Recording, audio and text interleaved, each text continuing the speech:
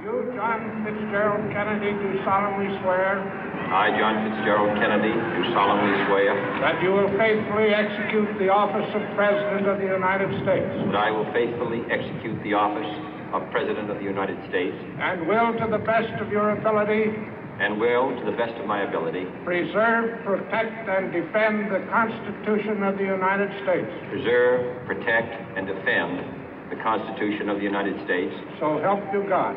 So help me God.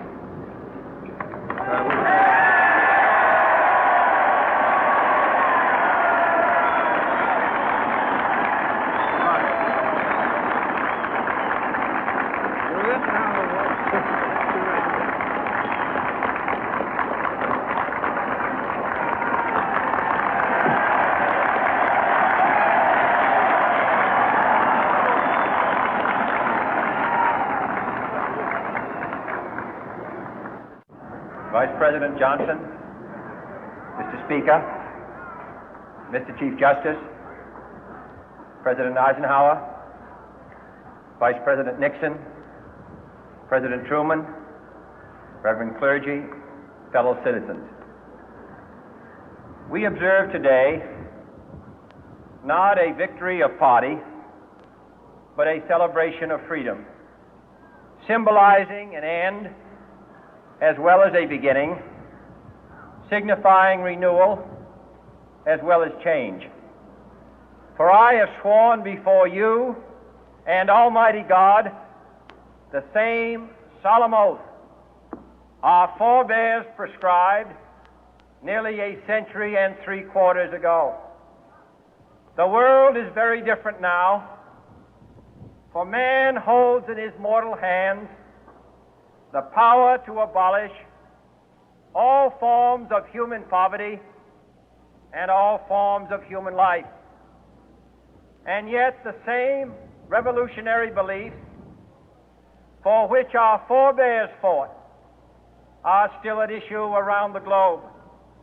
The belief that the rights of man come not from the generosity of the state, but from the hand of God. We dare not forget today that we are the heirs of that first revolution.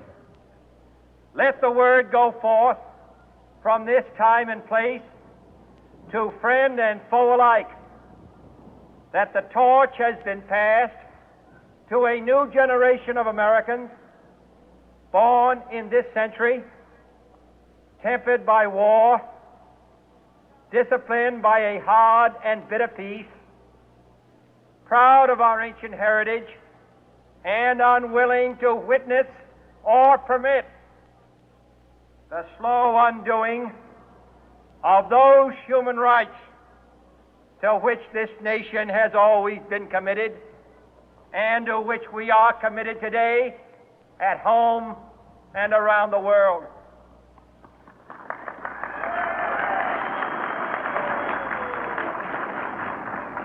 Let every nation know, whether it wishes us well or ill, that we shall pay any price, bear any burden, meet any hardship, support any friend, oppose any foe to assure the survival and the success of liberty.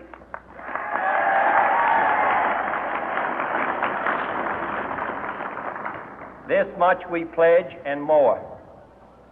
To those old allies whose cultural and spiritual origins we share, we pledge the loyalty of faithful friends. United, there is little we cannot do in a host of cooperative ventures. Divided, there is little we can do, for we dare not meet a powerful challenge at odds and split asunder. To those new states whom we welcome to the ranks of the free, we pledge our word that one form of colonial control shall not have passed away, merely to be replaced by a far more iron tyranny.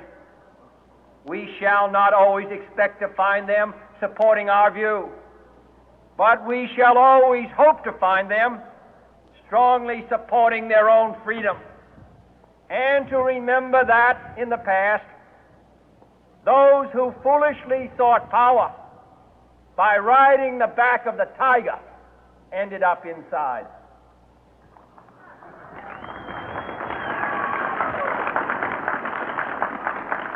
To those people in the huts and villages of half the globe struggling to break the bonds of mass misery, we pledge our best efforts to help them help themselves for whatever period is required, not because the communists may be doing it, not because we seek their votes, but because it is right. If a free society cannot help the many who are poor, it cannot save the few who are rich.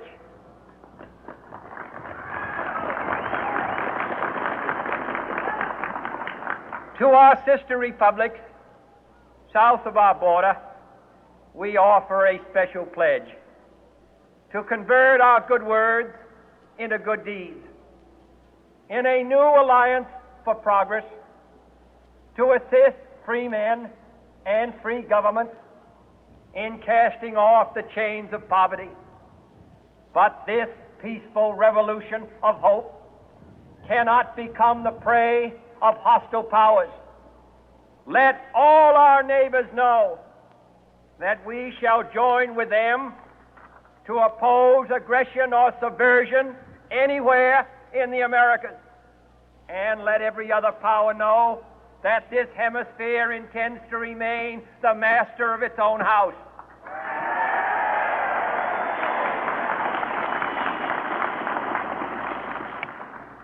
To that World Assembly of Sovereign States, the United Nations, our last best hope, in an age where the instruments of war have far outpaced the instruments of peace, we renew our pledge of support to prevent it from becoming merely a forum for invective, to strengthen its shield of the new and the weak, and to enlarge the area in which its writ may run.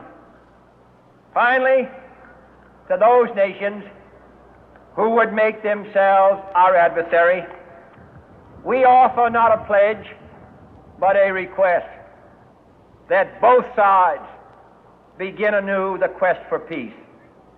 Before the dark powers of destruction, unleashed by science, engulf all humanity in planned or accidental self-destruction, we dare not tempt them with weakness, for only when our arms are sufficient beyond doubt can we be certain beyond doubt that they will never be employed.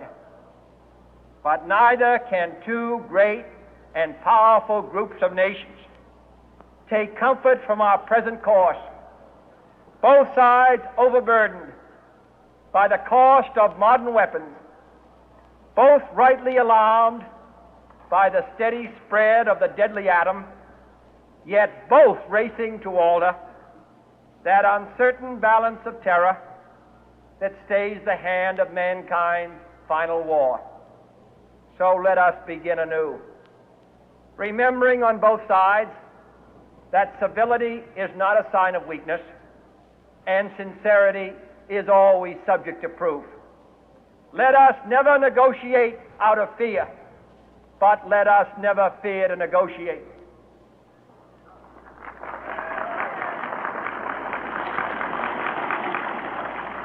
Let both sides explore what problems unite us, instead of belaboring those problems which divide us. Let both sides, for the first time, formulate serious and precise proposals for the inspection and control of arms, and bring the absolute power to destroy other nations under the absolute control of all nations.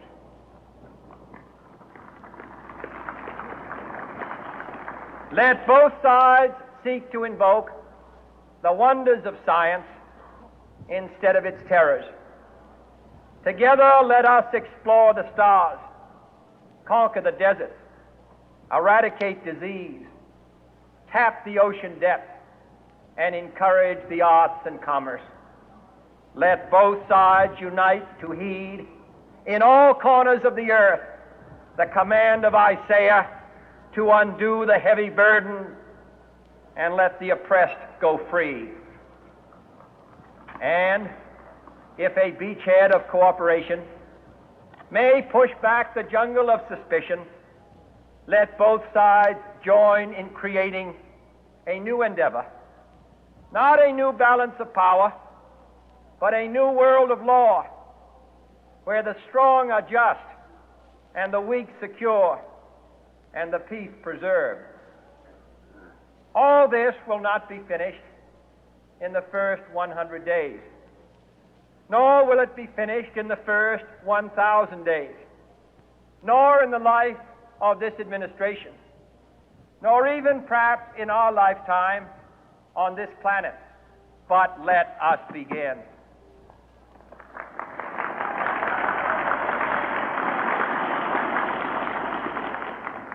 In your hands, my fellow citizens, more than mine, will rest the final success or failure of our course. Since this country was founded, each generation of Americans has been summoned to give testimony to its national loyalty. The graves of young Americans who answered the call to service surround the globe. Now the trumpet summons us again, not as a call to bear arms, though arms we need, not as a call to battle, though in battle we are, but a call to bear the burden of a long twilight struggle, year in and year out, rejoicing in hope, patient in tribulation, a struggle against the common enemies of man, tyranny, poverty, disease, and war itself. Can we forge against these enemies a grand and global alliance, north and south, east and west, that can assure a more fruitful life for all mankind? Will you join in that historic effort?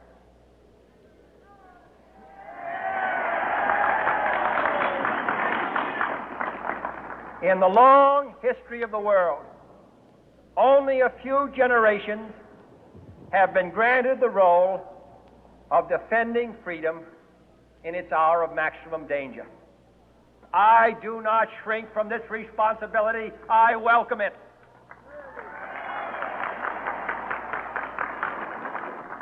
I do not believe that any of us would exchange places with any other people or any other generation.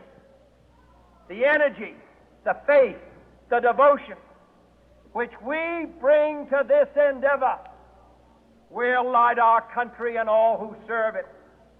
And the glow from that fire can truly light the world.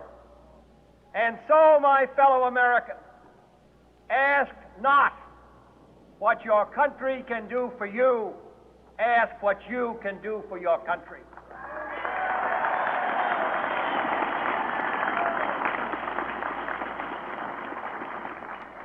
My fellow citizens of the world, ask not what America will do for you, but what together we can do for the freedom of man.